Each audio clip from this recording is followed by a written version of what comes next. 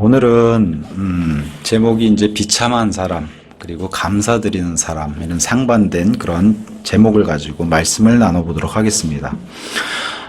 로마서 6장도 귀한 장이지만 로마서 7장도 참 귀한 장이다 그런 생각이 들었습니다. 말씀을 이렇게 묵상하는 가운데 성경은 우리에게 구원받으면 모든 것이 끝이고 너희는 구원받았으니까 나가서 구원받지 못한 사람들에게 복음을 전해서 빨리 모두가 다 구원받도록 그렇게 하라. 이것도 물론 좋은 거고 중요한 거예요. 근데 이렇게만 말하지 않고 또 더군다나 로마서 7장은 이런 얘기를 얘기하지 않습니다. 구원받은 그리스도인이 어떻게 살아야 하는가를 계속 얘기하세요. 이 얘기는 사실은 로마서 끝까지 갑니다. 어떻게 살아야 되나. 오히려 사람들이 어떠한 상태고 왜 구원받아야 하고 이것을 로마서 초반에 다뤘다면은 로마서 5장 이후부터는 계속해서 구원받은 사람이 너희가 어떤 상태고 어떻게 살아야 하나 이걸 그러니까 즉 성화를 계속 다루고 있어요. 사도 바울은 본인의 입술로 비참한 사람이라고 이렇게 고백을 합니다. 그래서 사도 바울의 이런 고백처럼 저와 여러분도 마찬가지로 사도 바울이 이런 고백을 했습니다. 그래서 저와 여러분은 사도 바울의 고백과 동일하게 비참한 사람으로 계속 살 것인가 아니면 오늘도 저는 예수님이 필요합니다 라며 그리스도께 감사하는 마음을 가지고 그분을 사랑하며 살 것인가. 오늘 이 두 가지 상반된 그 대조적인 이 말씀을 나누려고 합니다. 로마에 있는 성도들, 로마 교회도 마찬가지고요. 저와 여러분, 우리 교회도 마찬가지고요. 우리가 늘 잊고 살지만 우리는 오늘도 내일도 그리고 영원 무궁토록 예수님이 필요한 것을 잊지 말라는 거예요. 영원 무궁토록입니다. 한시도 예수님이 우리랑 떨어지면 우린 살 수가 없는 거예요. 그래서 오늘 바울은 그리스도인의 그런 성화를 다루면서 구원이 아닙니다. 성화를 다루면서 정말 이 영적 전쟁이 눈에 보이진 않지만 굉장히 치열하다라고 하는 것을 오늘 사도 바울이 얘기하고 있습니다. 여기서 등장하는 주제가 바로 죄, 육신, 그리고 율법에 대해서 오늘 논하게 됩니다. 그래서 그 내용을 한번 같이 살펴보도록 하겠습니다. 제가 먼저 1절을 읽겠습니다. 형제들아, 이는 내가 율법을 아는 자들에게 말하고 있기 때문이니 법이 사람이 살아있는 동안에만 그를 지배하는 것을 너희가 모르느냐. 분명한 것은 이 편지를 받는 수신자의 대상자들을 향해서 형제들아 불렀어요. 구원받은 그리스도인이에요. 더군다나 여기 사도 바울의 편지를 받는 형제들은 율법을 아는 자들이라고 얘기해요. 그러니까 로마 교회 안에는 분명한 것은 유대인들도 존재하고 있고 이방인들도 같이 존재하고 있는 것을 알려주면서 율법을 아는 자들이 있다는 거예요. 그 안에. 물론 우리 예수님께서 십자가 위에서 이방인이든 유대인이든 간에 그 중간에 벽을 허무셨기 때문에 다 교회로 모아주셨어요.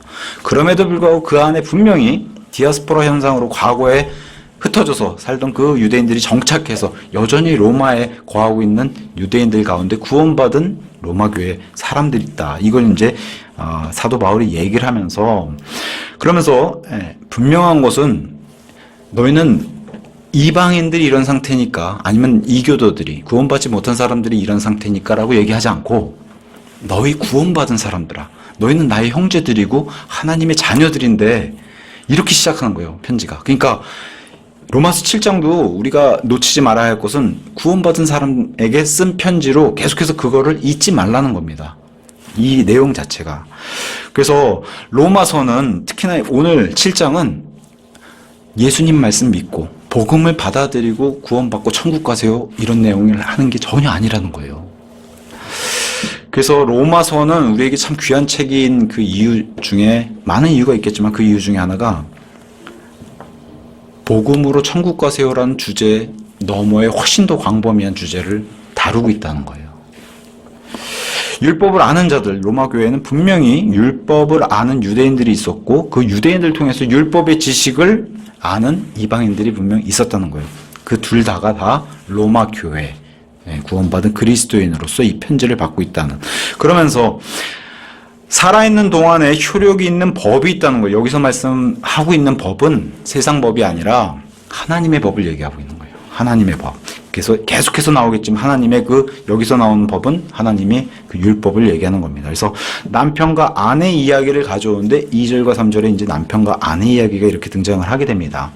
이는 한 남편을 둔 여자는 그녀의 남편이 살아있는 동안에 그에게 법으로 매여 있으나 만일 그 남편이 죽는다면 그녀는 자기 남편의 법에서 풀려나기 때문이라.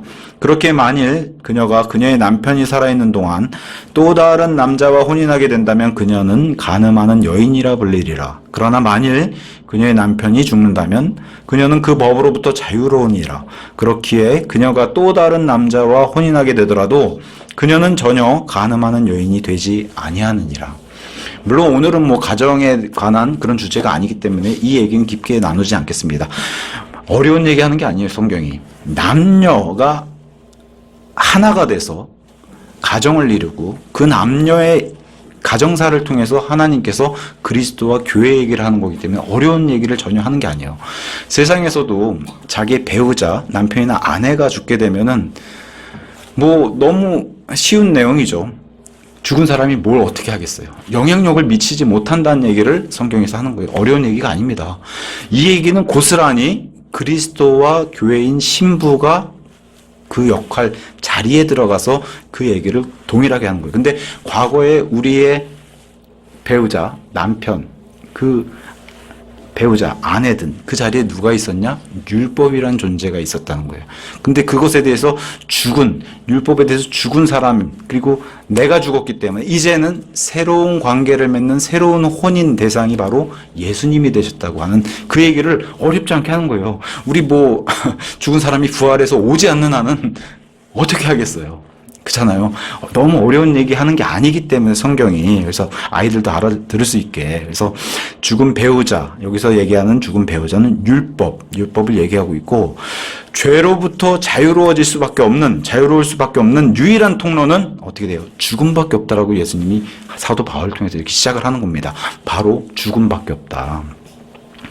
자, 그러면서 이 죽음밖에 없는 것은 로마서 6장 8절에도 이렇게 얘기하고 있습니다. 이제 우리가 그리스도와 함께 죽어 있다면, 그러니까 우리는 그리스도와 함께 죽는 그런 존재이고 우리가 또한 그분과 함께 살게 될 것을 우리가 믿느니라. 그러니까 예수님과 함께 죽음이 반드시 필히 있어야만 율법으로부터 자유로워지고 영원한 생명의 영원한 길, 하나님과의 관계를 이렇게 새로 맺을 수 있다고 로마서가 얘기를 하는 겁니다. 자, 다시 한번 잊지 말라고 사도 바울이 분명히 형제들아 하면서 너희는 구원받은 사람들이 관해서 지금 얘기를 하잖아요. 4절에 반복을 이렇게 합니다. 근데 훨씬 더 강조를 해요. 나의 형제들아. 더 강조를 하죠. 그냥 형제도 아니고 여기는 나의 형제들아 이렇게 강조를 하면서 이런 이유로 너희도 그리스도의 몸으로 인하여 율법의 죽은 자가 되었느니라. 이는 너희가 다르니 곧 죽은 자들로부터 일으켜지신 그분과 혼인하게 되도록 하려 함이요 우리가 하나님께 열매를 내도록 하려 함이라. 바울이 더 강조하고 있죠. 너희는 구원받았으니 나의 형제들이고 하나님 안에 우린 자녀고. 교회의 힘을 잊지 말아라. 교회는 건물이 아니죠. 로마 가톨릭이 주장하는 것처럼 살아있는 사람들의 그 살아있는 돌들이 모여서 이루는 하나님의 영적인 성전이 바로 교회라는 것을 여기서 잊지 말라고 사도 바울이 얘기하면서 교회는 율법의 죽은 자들이다. 많은 사람들이 율법에 대해서 부정적인 인식을 가지고 율법은 저주요, 곧 심판이요, 하나님의 정죄 이런 것으로 생각하는데 율법이 죽은 게 아니라 죽은 것은 저와 여러분이라는 거예요. 율법이 아니라 교회는 율법에 대해서 죽은 자들 이렇게 얘기를 합니다. 죽은 것은 저와 여러분이지 율법이 아니라고 얘기를 하는 거예요. 그러면서 죽은 자들로부터 일으켜지신 첫 번째 나신 그 예수님과 혼인하게 된 그런 존재다. 이거는 근데 구원받은 그 즉시 효력을 발휘하고서 이건 우리가 저는 예수님과 혼인하기 싫어요. 그런 마음이 있을지라도 구원받은 사람은 무조건 하게 되는 거예요. 혼인은. 그죠? 근데 중요한 게 바로 다음이에요. 다음. 그게 뭐예요? 하나님께 열매를 내도록. 왜 사도 바울이 지금 계속해서 구원받은 자들이 너희가 구원받았으니까 됐죠. 구원받았으면 괜찮아요. 라고 얘기하는 게 아니라 너희는 예수님과 혼인할 그런 존재들이고 이 땅에서는 하나님께 열매를 내야 하는 그런 존재다. 그러니까 이것은 지금 구원을 주제로 얘기를 하는 게 아니라 굉장히 성화를 강조하면서 사도 바울이 얘기하고 있다는 것을 편지의 초반부터 우리가 알 수가 있습니다. 그래서 우리 삶에서 저는 예수님의 신부입니다. 결혼할 사이예요. 이게 아니라 하나님의 열매를 내는 것을 사도 바울이 계속해서 유도하고 있고 그걸 권면하고 있다는 것을 잊지 말아야 한다고 지금 강조하는 부분이라고 지금 성경이 얘기하고 있습니다. 참 그리스도인에게 말이 안 되는 그 문구가 붙는다면 이런 문구일 거예요. 그리스도인은 살아있는 죽은 자다. 너무 이상하죠. 밖에 있는 사람들에게 이렇게 얘기하면 핏이 웃을지도 모르겠습니다. 살아있는 죽은 자다. 근데 이게 성경이 말하는 진리예요. 살아있는데 죽은 자고 죽어있는데 살아있는 자라는 거예요. 하나님께 대해서는 살아있고 율법과 육신과 죄에 대해서는 죽어있는 자여야 한다고 이제 성경이 얘기하고 있는 겁니다. 그래서 죽은 자와 산 자가 공존하고 있는 정말 이상한, 밖에 사람들이, 안 믿는 사람들이 봤을 때는 이상한 얘기처럼 들리겠지만 성경이 말한 진리는 바로 이것을 얘기하고 있다는 거죠. 우리 남녀가 만나서 하나가 돼서 혼인을 하게 되면은 반드시 열매를 맺게 됩니다. 그래서 우린 자녀를 낳죠. 그게 부부가 가지는 열매예요. 우리 육신에. 근데 이 땅에서 내는 열매고 분명히 창세기에서 하나님께서 창조하자마자 이것을 명령하셨죠. 땅을 채우고 번성해서, 그죠? 우리 교회에도 지금 자매님 한 분이 아이를 잉태하고 계신데 요 남녀 자리에다가 그리스도와 교회를 집어넣으면은 열매를 맺어야 하는 게 나와야 된다는 거예요. 자녀를 이렇게 낳는 것처럼. 그게 뭐예요? 하나님께 거룩한 이런 열매들. 그 얘기를 성경이 어렵지 않게 계속해서 얘기를 하는 겁니다. 하나님의 열매를 내야 한다고. 근데 반면에 5절은 뭐라고 얘기하냐? 이는 우리가 육신 안에 있었을 때 율법에 의하여 존재하였던 죄들의 움직임들이 사망에 이르는 열매를 내도록 우리의 지체들 안에서 활동하였기 때문이라. 구원받은 이후에는 하나님께 열매를 내도록, 그리고 하나님과의 혼인한 상태고 장차 그 혼인식을 하늘에서 열게 되는, 거기에 동참하는 그런 자들이고. 근데 과거에는 어땠다는 거예요? 과거에는 육신 안에 있었을 때, 과거 얘기를 하죠. 그때는 율법에 의하여 존재했던 죄들의 움직임들이 저와 여러분 이렇게 사로잡아서 사망에 이르는 열매, 이건 맺지 말라고 해도 너무 잘 맺었다는 거죠. 하나님께 열매를, 하나님을 향해서 거룩한 열매를 내는 것을 성경은 지금 바울을 통해서 권면하고 있는데, 과거의 우리 상태를 한번 보자면 그때는 사망에 이르는 열매, 이거는 시키지 않아도 잘한다는 거예요. 문제는 이따가도 다시 논하겠지만, 문제는 그리스도인조차도 여전히 이 일은 시키지 않아도 잘한다는 거예요. 그리스도와 이미 하나가 된 존재인, 그런 존재가 바로 그리스도인들인데 하나님께 열매를 맺어야 된다, 이렇게 이제 성경은 얘기를 하고 있는데, 과거에 너희가 했던, 그래서 지난 시간에 6장에 과거에 너희가 했던 그 수치스러운 일들, 거기서 무슨 열매를 얻었냐 이렇게 얘기하지 않습니까, 바울이. 죄는 그 이름답게 죄는 우리를 죄 가운데로 인도하고, 그 결과 죄의 대가는 사망이라고 하는 그 종착점에 우리를 끌고 간다는 거예요. 그런 열매를 내게 만드는 게 바로 죄라고 성경이 얘기를 하고 있습니다. 자, 계속해서 6절에 그러나 이제는 우리가 붙잡힌 것 안에서 죽었기에 우리는 율법으로부터 구출되었느니라. 이는 우리가 영의 새로움 안에서 섬기고 법조문의 낡음 안에서 섬기지 아니하려 함이라. 붙잡힌 것. 과거에는 우리가 이렇게 육신 안에 매여 있고, 또 지금 여기 율법을 아는 자들이 이렇게 시작했잖아요. 그래서 율법 안에 매여 있던 그런 사람들이었어요. 그래서 그 안에서 죽어 있는 존재. 이것은 좋은 의미의 죽어 있는 존재가 아니라 하나님 편에서는 죽은 자로 보였던, 아예 그냥 멸망받을 수밖에 없었던 그런 존재로 있었다는 거예요. 근데 이제는 구원받았고 구출받은 존재로서 하나님께서 그 구원받고 구원시켜주시고 구출시켜주신 그 목적이 뭐냐? 새로움 안에서 섬기라고.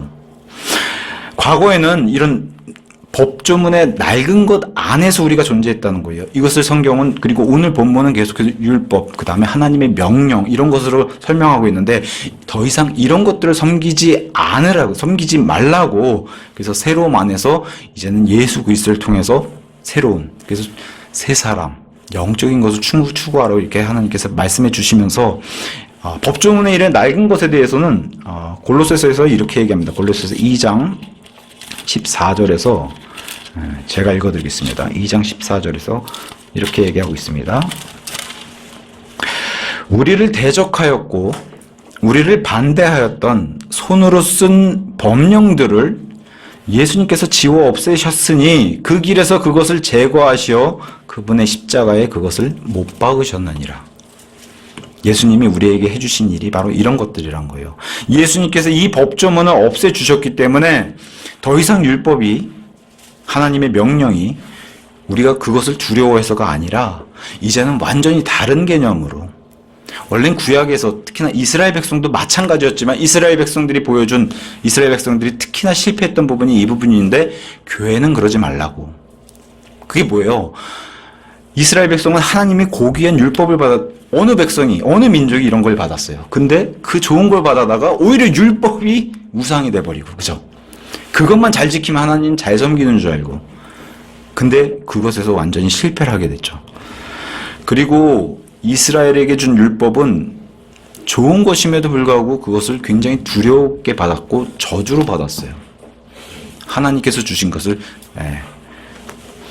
그래서 과거에 구약에서도 하나님께서 이스라엘 백성에게 그것을 주신 이유가 죽이려고 주신 게 아니라는 거죠. 율법조차도. 사람을 죽이려고, 그렇게 벌벌 떨게 하려고 주신 게 아님에도 불구하고 이스라엘 백성이 그걸 그렇게 받았고, 예수님이 이 땅에 오셔가지고 그것에 대해서 뭐라고 했어요?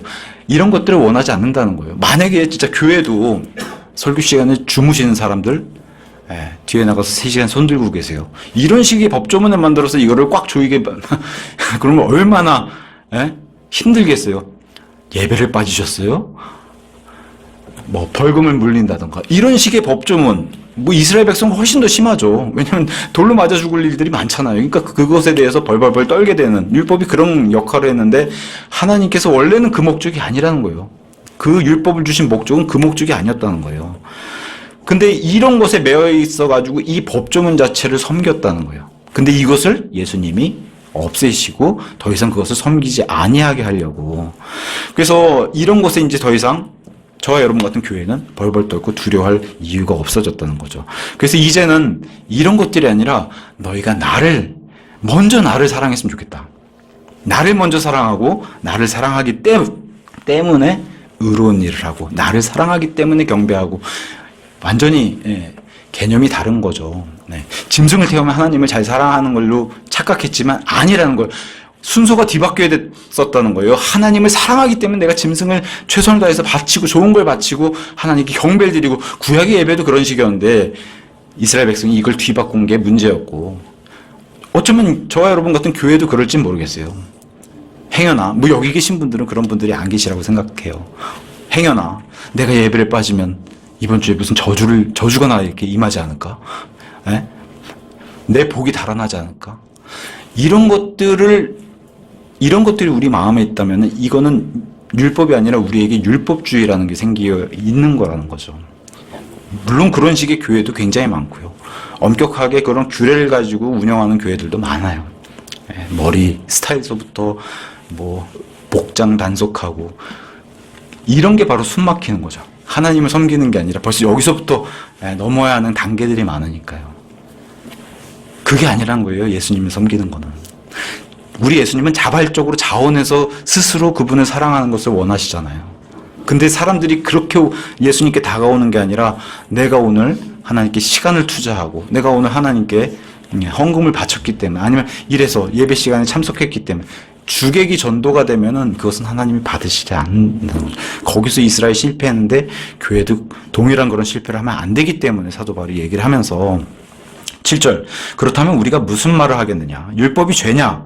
하나님께서 금하시길 바라노라. 아니니라. 율법에 의하지 아니하고는 내가 죄를 몰랐으리라. 이는 너는 탐내지 말지니라 하고 율법이 말하지 아니하였다면 내가 정욕을 몰랐을 것이기 때문이라. 뭐라고 얘기해요? 율법은 죄가 아니다. 많은 사람들이 오해하고 있는 게 율법이 죄고 율법은 저주고 율법은 좋지 않은 거, 부정적인 거. 뭐라고 얘기해요? 하나님이 금하신다고 얘기하잖아요. 아니라고 얘기하잖아요. 율법은 죄가 아니다. 그러니까 부정적인 인식을 사람들이 심어주게 만들었던 게 바로 이스라엘의 실패가 거기 있었던 건데, 율법은 곧 구약이랑도 연관이 있고 멸망받은 이스라엘 유대인하고도 연관되기 때문에 이렇게 인식하지만 그렇지 않다는 거예요. 하나님이 주신 거기 때문에 율법은, 그리고 그 선하신 분이 주신 거고, 하나님은 사람을 살리려고 하시는 분이시지 사람을 쳐서 쓰러뜨리거나 돌로 쳐서 죽이려고 이런 율법을 주신 게 아니라는 거예요. 오히려 율법은 뭘 보여줘요? 훨씬 더 뚜렷한 죄를 드러내고 율법을 통해서 우리가 죄인임을 알려주는 굉장히 선명한 거울이라는 거예요. 거울. 요새 연예인들이 나와서 이런 불만들을 많이 가져요. 워낙에 카메라 이 렌즈가 발달하니까 모공들까지 잡으니까 연예인들이 과거에는 어느 정도 메이크업을 하면 이게 감춰줬는데 요새는 잡티까지 잡아내니까 우리에게 이와 같이 엄청나게 선명하고 우리를 뚜렷하게 볼 수 있는 거울이 바로 율법이라는 거예요. 과거에는 율법이 없었을 때는 그냥 뿌여가지고 내가 오늘 이뻐 보이는데 이럴 수 있었는데, 율법이 오니까 너무 내 얼굴이 이렇게 지저분해서 이 기미, 잡티 이게 뭐야, 모공까지 들여다볼 수 있는 이 거울이 바로 율법이라는 거예요. 그래서 갈라디아서 3장에 말씀하시는 것처럼 우리를 지도하는 교사고 훈육 선생이라는 거예요. 율법은 그런 목적으로 주셨다는 거예요. 그래서 율법을 통해서 우리가 뭘 알아요? 나는 더러운 존재구나. 이거를 알려준 게 율법이었다는 거예요. 하나님이 이것을 말을 안 듣는 사람은 다 돌로 쳐서 죽여라. 이런 어마무시한 그런 하나님으로 그려지는 그런 율법의 하나님이 아니라, 이것을 통해서 너희가 얼마나 더러운 존재고 나의 의를 받으려면 이런 상태는 안 된다는 것을 보여주기 위해서, 또 율법은 내가 할 수 없다는 걸 보여줘요. 율법은 절대로 내가 지킬 수 있는 거 불가능하다는 것을 보여주는 게 율법이에요. 그것을 통해서 뭘 알라는 거예요? 나는 안 되고 하나님만이 가능하시구나. 이거를 알라고 했던 건데 거기선 다 비껴가고 이스라엘 백성은 오히려 그걸 뛰어넘어서 내가 율법을 잘 지키니까 우리는 하나님의 백성이고, 이런 식으로 선민사상까지 빠지는 이런 안일한 태도까지 나왔던 게 문제라는 거죠. 율법 자체는 우리를 다시 태어나게 할 수도 없고 율법이 우리를 지켜줄 수 있는 그런 힘을 주지도 않아요. 율법은 그런 게 없어요. 오히려 우리 힘으로는 할 수 없구나. 이걸 알려주는 게 율법이에요. 그래서 바로 로마서 3장 20절에도 이렇게 얘기합니다. 율법의 행실들로는 그분의 목전에서 정당함을 입증받고 의롭게 인정받을 수 있는 육체가 전혀 없다. 아예 없다는 거예요. 이는 율법으로는 죄를 알게 되는 거지 율법으로는 구원받을 수 있고 이러는 게 아니라는 거예요. 28절에도 동일한 얘기합니다. 그러므로 우리는 사람이 율법의 행실들이 없이 믿음으로만 하나님께 인정받고 의로 인정받고 입증받는다는 이런 결론을 내리게 된다는 거예요. 육신의 행위나 율법이나 이런 것들은 안 된다. 이런 걸 보여주는 게 바로 율법이라는 거죠.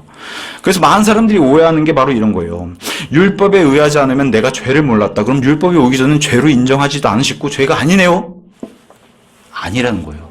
제가 왜 로마서를 참 귀한 책이라고 얘기를 아까 드렸냐면, 로마서는 신구약 전체를 관통해가지고 아주 귀한 진리를 알려주시는 게 있어요.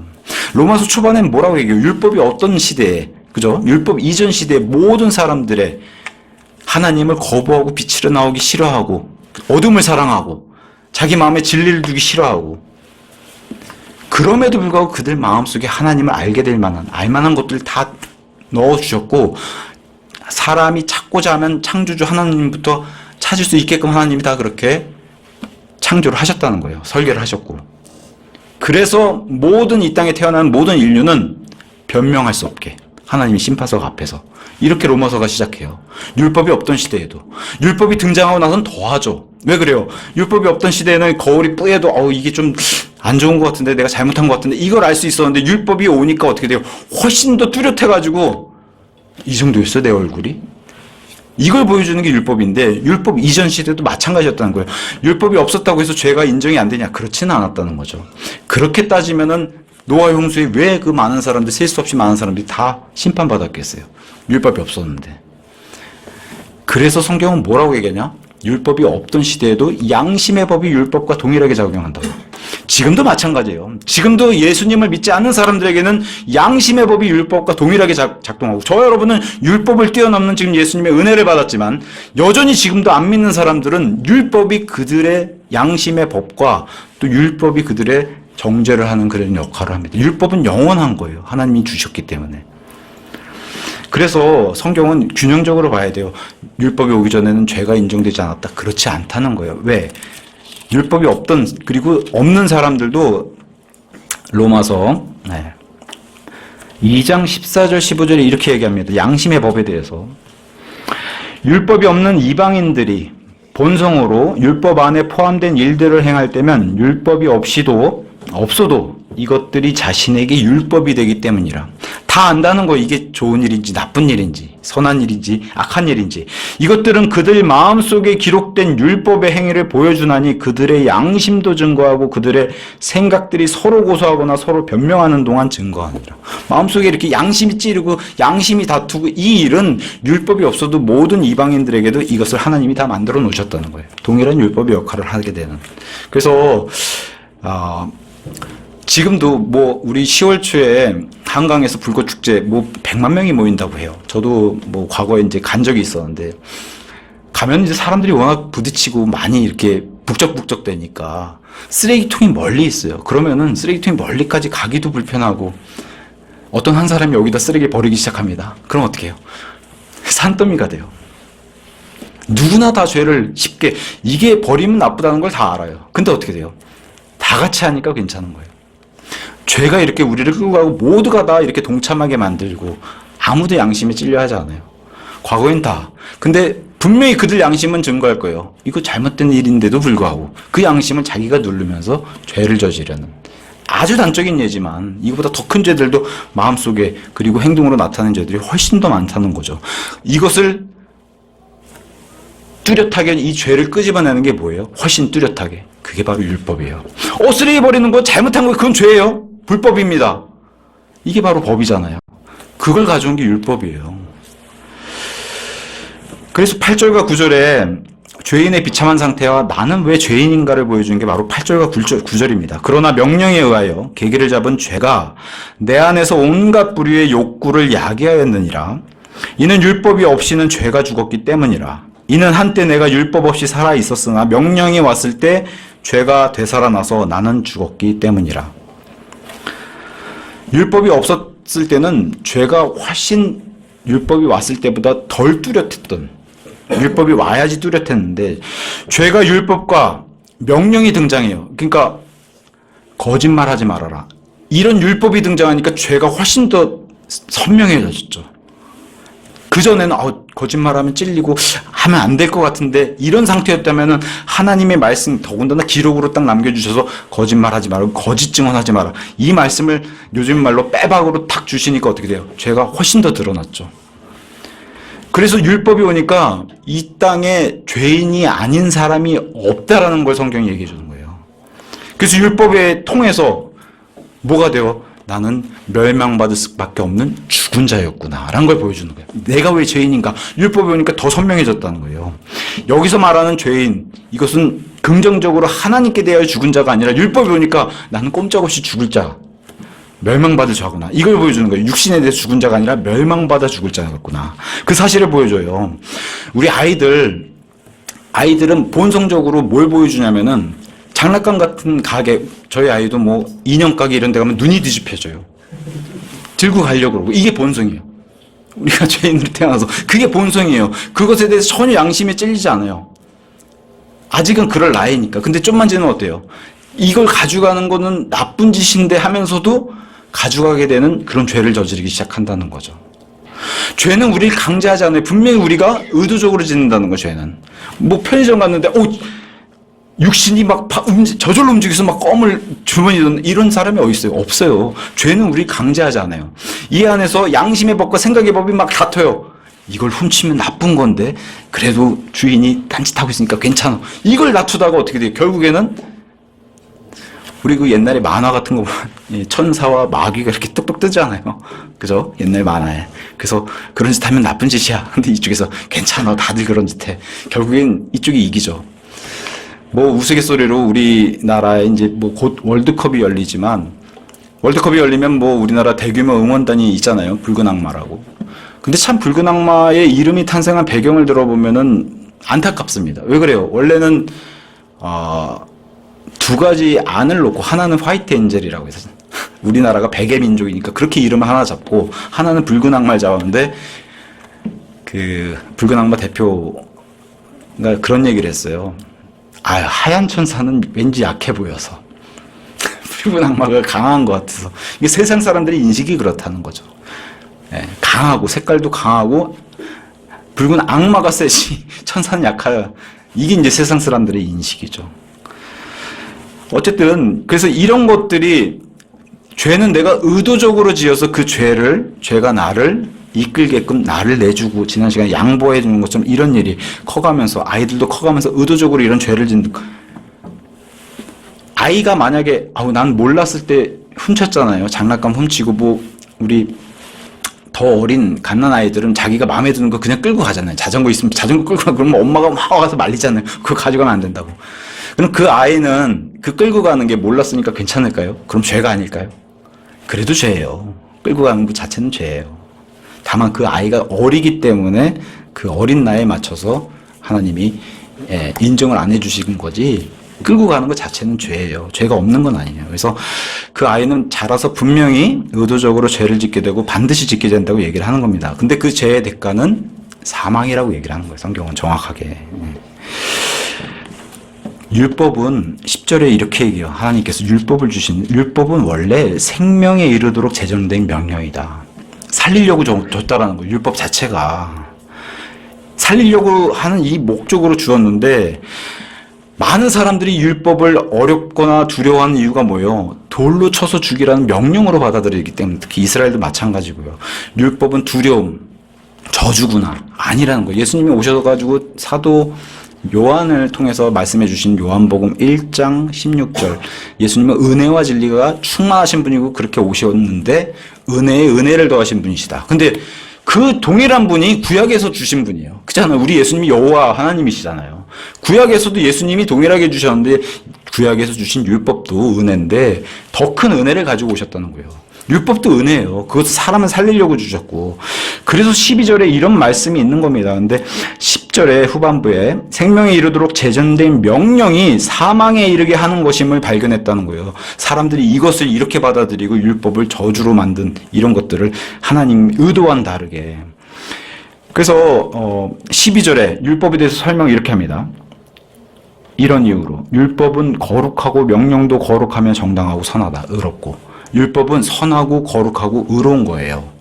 이게 성경이 말하는 진리예요. 율법은 저주와 이런 두려움의 대상이 아니라 율법은 하나님이 사람을 살리려고 주신 거예요. 하나님의 말씀이고 근데 사람들이 그걸 그렇게 특히나 이스라엘 백성이 그걸 그렇게 받지 않았다는 거예요. 율법은 뭘 보여줘요? 내가 죄인이구나. 내 힘으로는 아무것도 할 수 없는구나. 이걸 보여주는 게 율법이에요. 율법을 잘 지킬 수 있나? 600까지 갈 필요도 없어요. 10계명만 알려줘도 거기에 거짓말이 들어가기 때문에 이 세상에 거짓말 안 하는 사람은 없다는 거죠. 단 한 명도 여기서 벗어날 수 없다는 거예요. 어떤 사람은 전도지 돌리고 복음 거리에서 이렇게 복음 전하다 보면은 어떤 아이들이 가끔씩 그런 얘기를 한다고요. 저는 태어나서 거짓말을 한 번도 안 해봤습니다. 이런 아이들이 가끔씩 있어요. 그게 세상에서 가장 큰 거짓말이죠. 우리는 하루에도 얼마나 빈말로도 거짓말을 하는 그런 존재인지. 그래서 율법은 거짓말 하지 말아라. 이건 죄다라고 알려주면은 정확하게 죄가 드러나죠. 내가 죄인이라는 사실이. 11절에 그래서 명령으로 계기를 잡은 죄가 나를 속였으며 그것으로 나를 살아야 했기 때문이라. 죄가 분명히 살리려는 목적으로 하나님께서 율법을 주셨는데 이게 사망에 이르게 하는 그런 것을 사도 바울이 발견하면서 하나님의 명령, 그 명령을 통해서 율법이 좋은 거고 선한 거라고 이렇게 얘기를 함에도 불구하고 죄가 율법을 통해서 오히려 사람을 죽이는, 속이고 살해하게 만드는 이런 일까지 오게 된다는 거예요. 그래서 죄는 본성과 속성 자체가 나를 속이고 나를 죽이도록 만들어요. 그리고 죄를 짓게끔 만들고 그 대가를 사망으로 이끌어가는 그게 죄입니다. 근데 율법은 더더욱 죄가 확실해져서 내가 쇳덩어리, 더러운 존재라는 것을 알려주는 거죠. 율법을 계속. 그래서 13절 율법은 죽이기 위함이 아니라 살기기 위함이라고 13절. 그렇다면 그 선한 것이 나에게 사망이 되었느냐? 하나님께서 금하시기를 바라노라. 그러나 죄가 죄로 나타나도록 내 안에 죄가 그 선한 것으로 사망을 이루었노라. 이는 죄가 명령에 의하여 지극히 죄 많게 되도록 하려 함이라. 죄는 저를 이렇게 끌고 간다는 거죠. 죄가 얼마나 지극히 많은지 또 얼마나 사망으로 인도하는지 보여주는. 근데 이걸 확실히 보여준 게 뭐예요? 율법이라는 거예요. 내가 얼마나 죄가 많고 내가 죄 가운데 그렇게 살고 있는 나를 보여주는 게 바로 율법이라는 거예요. 사람의 사악함은 이미 창세기 6장에 노아의 홍수 심판에서 하나님께서 말씀하시죠. 사람이 다 사악하다. 그 마음을 들여다봤더니 마음의 생각들과 모든 상상이 다 악하다. 이게 사람이란 존재라는 거예요. 그때나 지금이나 달라졌을까요? 노아의 홍수. 아니면 소돔성의 롯의 시대와 지금 달라졌을까요? 지난주 뉴스 보니까 우리나라에서 남자가 강간당한 일이 벌어져요. 이제는 달라졌을까요? 별반 다를까요? 소돔성이 굉장히 타락한 도시일까요? 저는 지금 우리 시대가 별반 다르지 않다고 봅니다. 하나님이 들여다본 마음, 그 마음은 어떻게 해요? 만물보다 속임수로 가득하고 극도로 사악하다. 이게 이제 사람의 상태라고 얘기를 해요. 그래서 율법이 알려주는 건 뭐예요? 구약시대조차도 구원의 주님이 필요하다는 걸 알려주는 게 율법이요. 내가 할 수 없다는 거. 이게 율법이 알려주는 하나님의 선한 목적인데 사람들이 그것만 지키면 마치 그것만 지키면 구원받을 수 있는 줄 알고 그렇게 착각하고 오해했다는 거예요. 율법은 선하고 14절 더군다나 율법이 영적인 것임을 우리가 안다. 이거 우리가 알고 있다. 바른 지식을 알고 있다는 거예요. 로마 교회 사람들도 알고 있고 사도 바울도 지금 편지로 기록하면서 사도 바울과 여기 편지를 받는 모두가 알고 있다는 거예요. 그럼에도 불구하고 내가 육신적이어서 죄 아래 팔렸기 때문이라. 사도 바울의 상태가 이렇다는 거예요. 율법이 영적인 것을 알고 선한 것을 추구해야 되는 것을 알지만 사도 바울조차도 육신적이어서 죄 아래 팔렸다. 어때요? 좀 뭐랄까요? 마음에 좀 안심이 드나요? 사도 바울이 이 정도면 나는 아니에요. 사도 바울이 이 정도라고 해서 사도 바울급이 안 되니까 나는 사도 바울보다 좀 더 죄를 저질러도 괜찮겠지. 아니에요. 다윗도 실패했는데 아브라함도 실패했는데 나 같은 사람이 이렇게 생각하지 말라는 거예요. 우리는 늘 이렇게 탓을 하죠. 그런 게 아니라 성경이 보여주는 것은 바울조차도 이렇게 몸부림치고 이렇게 괴로워하면은 저와 여러분도 이렇게 똑같이 몸부림치고 괴로워해야 된다는 거예요. 육신의 열매가 나한테 나타나면은 바울처럼 몸부림치고 비참한 사람이로다.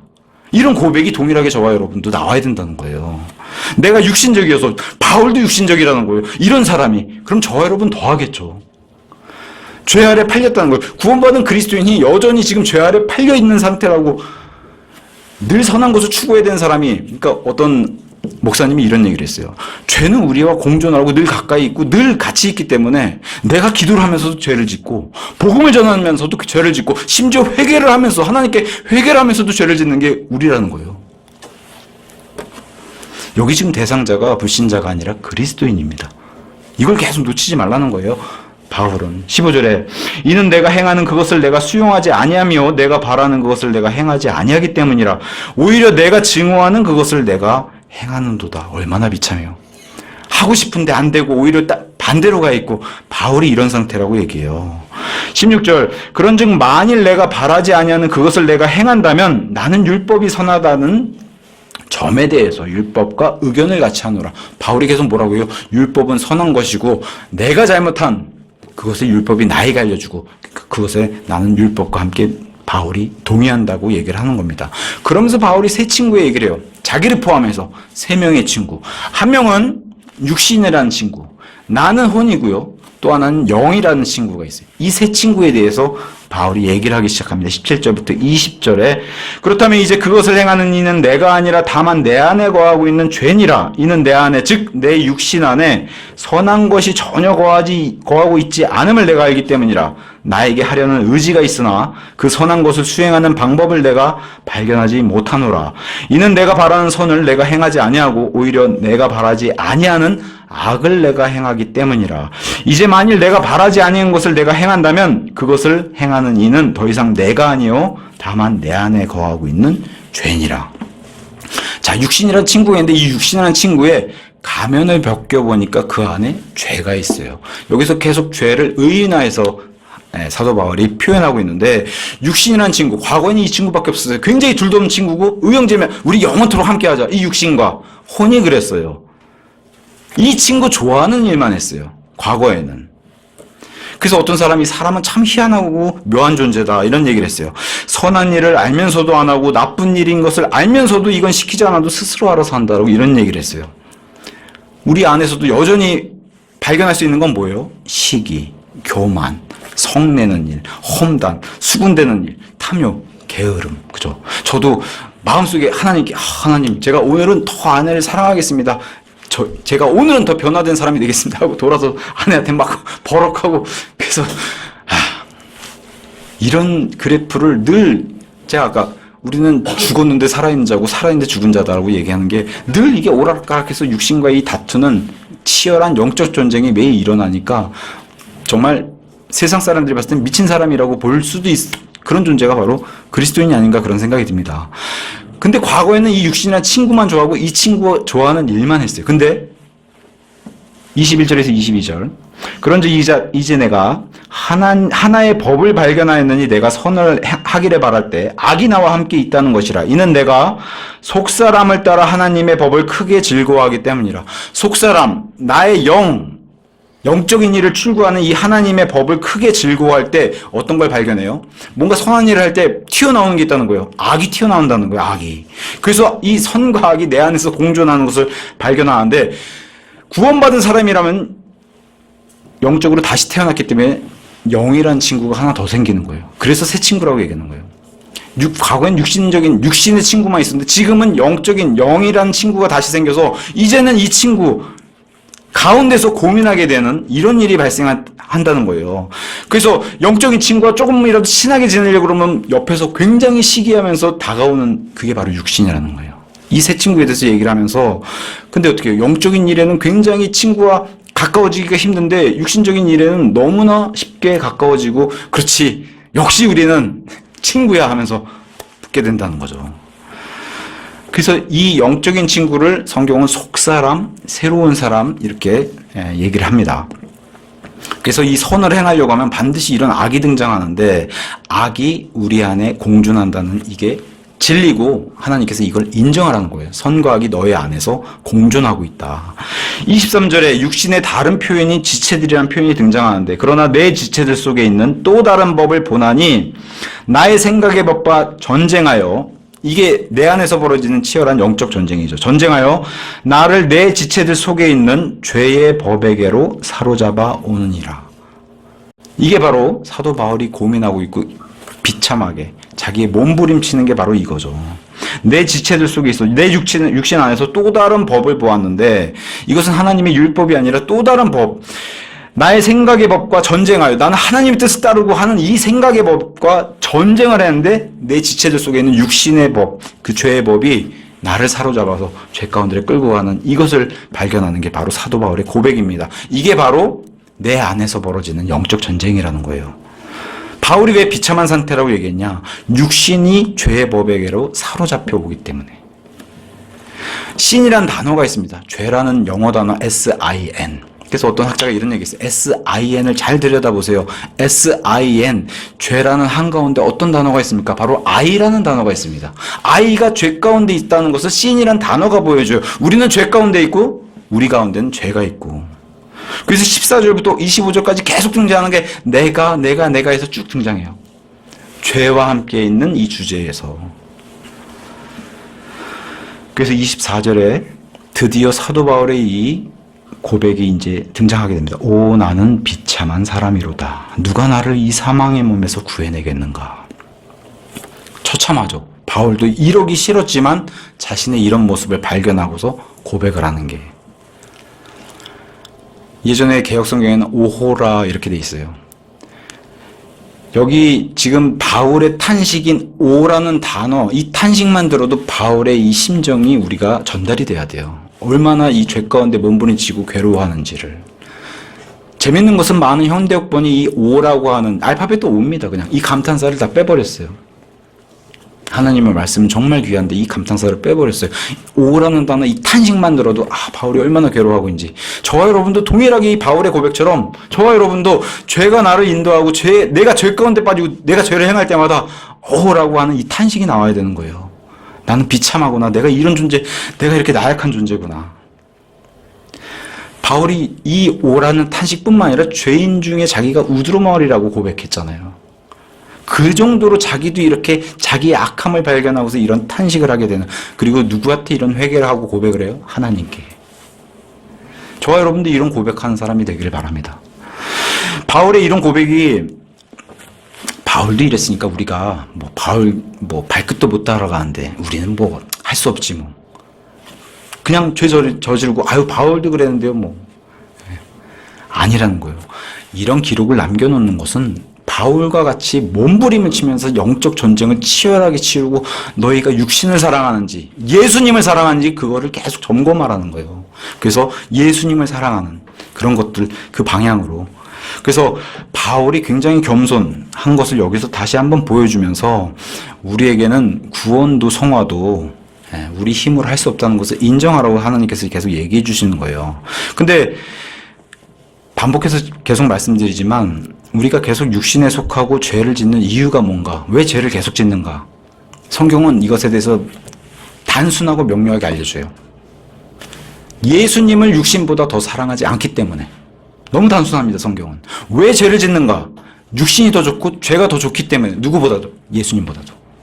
이 얘기를 해주는 겁니다, 성경은. 그래서 이 문제를 해결하는 방법은 뒤바꾸면 돼요. 예수님을 더 사랑하면 돼요.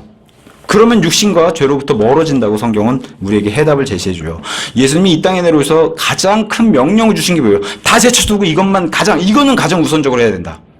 그게 바로 주 너희 하나님을 사랑할지니라. 이걸 이스라엘 백성도 이거에서 실패했잖아요. 하나님을 사랑하고 율법을 통해서 하나님께 바치는 제사를 지내야 되는데 이걸 뒤집어가지고 제사가 먼저고 하나님 사랑이 뒷정이니까 예수님이 이 땅에 와서 직접 얘기하셨잖아요. 너희가 놓치고 있는 게 너희 하나님을 첫째로 사랑하는 게 이게 먼저인데 너희가 이 사랑을 하지 않고 제사를 드리고 제물을 바치고 예배를 드리면은 그것은 하나님이 받지 않는다. 교회도 마찬가지죠.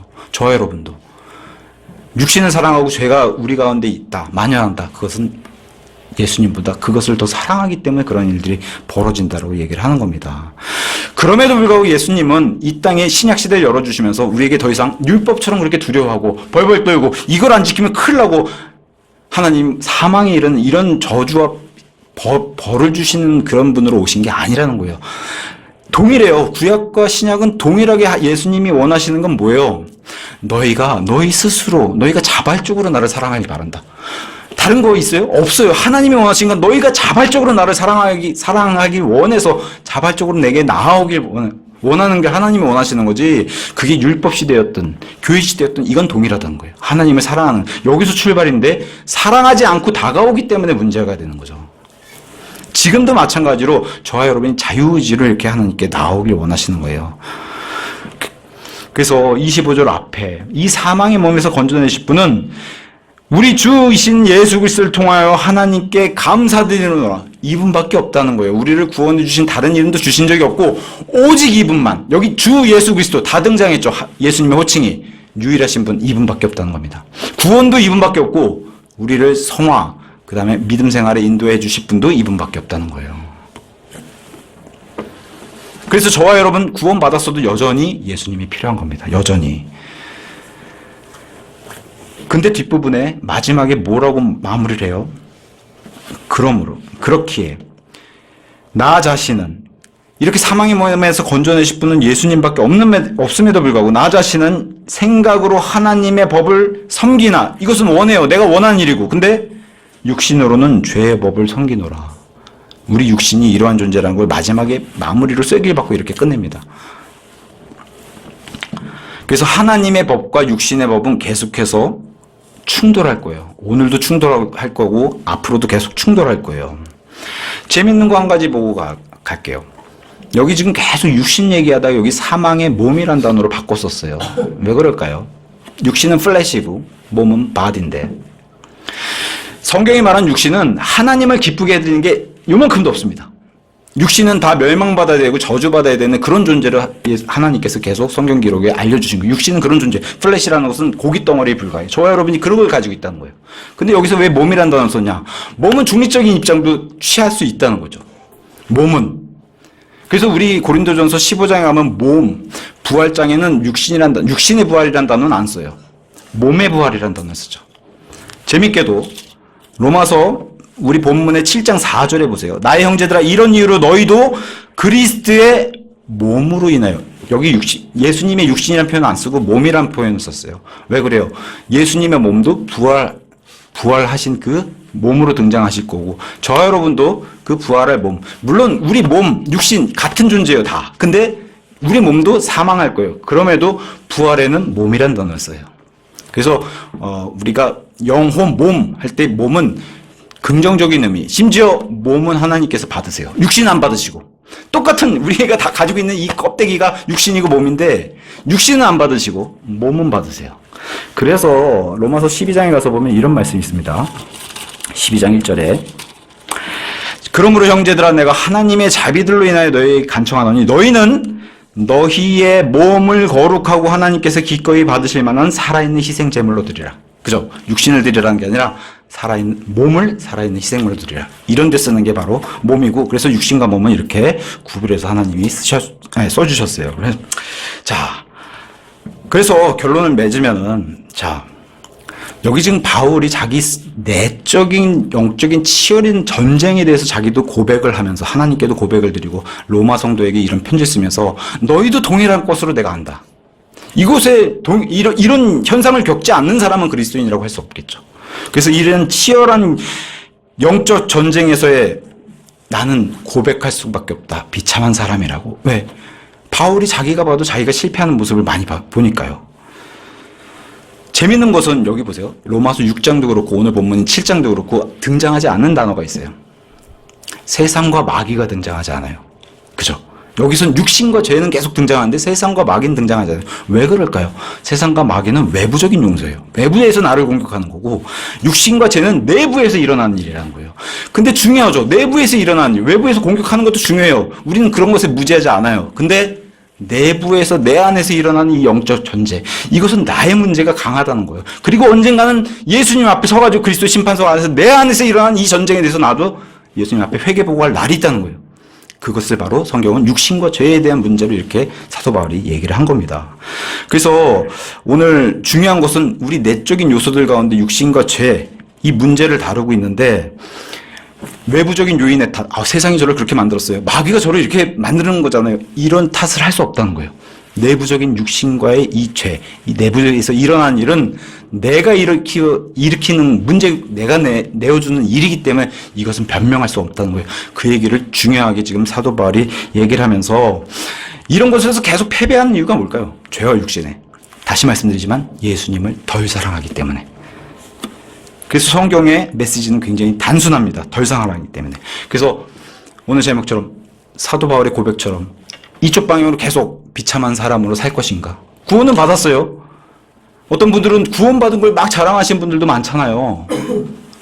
근데 성경은 그렇게 얘기하지 않습니다. 구원받은 거 자랑하라고 그러지 않아요. 자랑하려면은 주님을 자랑하라고 그러지 구원받은 걸 자랑하라고 하지 않습니다. 계속 그러니까 그런 분들이 세상에서 저런 꼴이가 되는 게 뭐예요? 나는 구원받았는데 무엇은, 그러니까 세상 사람들도 손가락잖아요. 아유, 교회 다니는 사람이 왜 구원받았다고 한 사람이 저게 뭐야? 성화의 그런 예수님을 닮아가는 삶은 전혀 나타나지 않으니까요. 근데 그런 의미에서 사도 바울이 얘기하는 비참한 사람은 그러니까 그런 상태로 계속 존재할 것인가? 아니면 여기 하나님께 감사를 드리는 이런 사람은 어떤 사람이 있어요? 겸손하고 내가 내 힘으로는 안 되는구나. 율법을 통해서 봐도 내가 그런 존재였는데 지금은 율법보다 훨씬 더 뚜렷하고 우리에겐 더 뚜렷하고 선명한 거울이 있어요. 그게 바로 신약 성경까지 포함한 우리에게 성경 전설을 주셨기 때문에 율법보다 훨씬 더 뚜렷하죠, 우리는. 이걸 통해서 우리 힘은 안 되는구나. 제게는 예수님이 필요합니다라고 예수님 앞에 우리를 낮추는 감사를 드리는 사람이 될 것인가. 오늘 그 얘기를 드리면서 사도 바울의 이런 동일한 고백처럼 죄 가운데 몸부림치고 예수님 아니면 우리가 죽겠습니다 라고 하는 심정으로 한 주를 살아가면서 하나님께 감사를 드리고 우리가 죄 가운데 빠지지 않도록, 육신 가운데 빠지지 않도록 이렇게 당연하게 하나님께 영광과 감사를 돌리는 그런 한 주 되시기를 예수님 이름으로 기원합니다.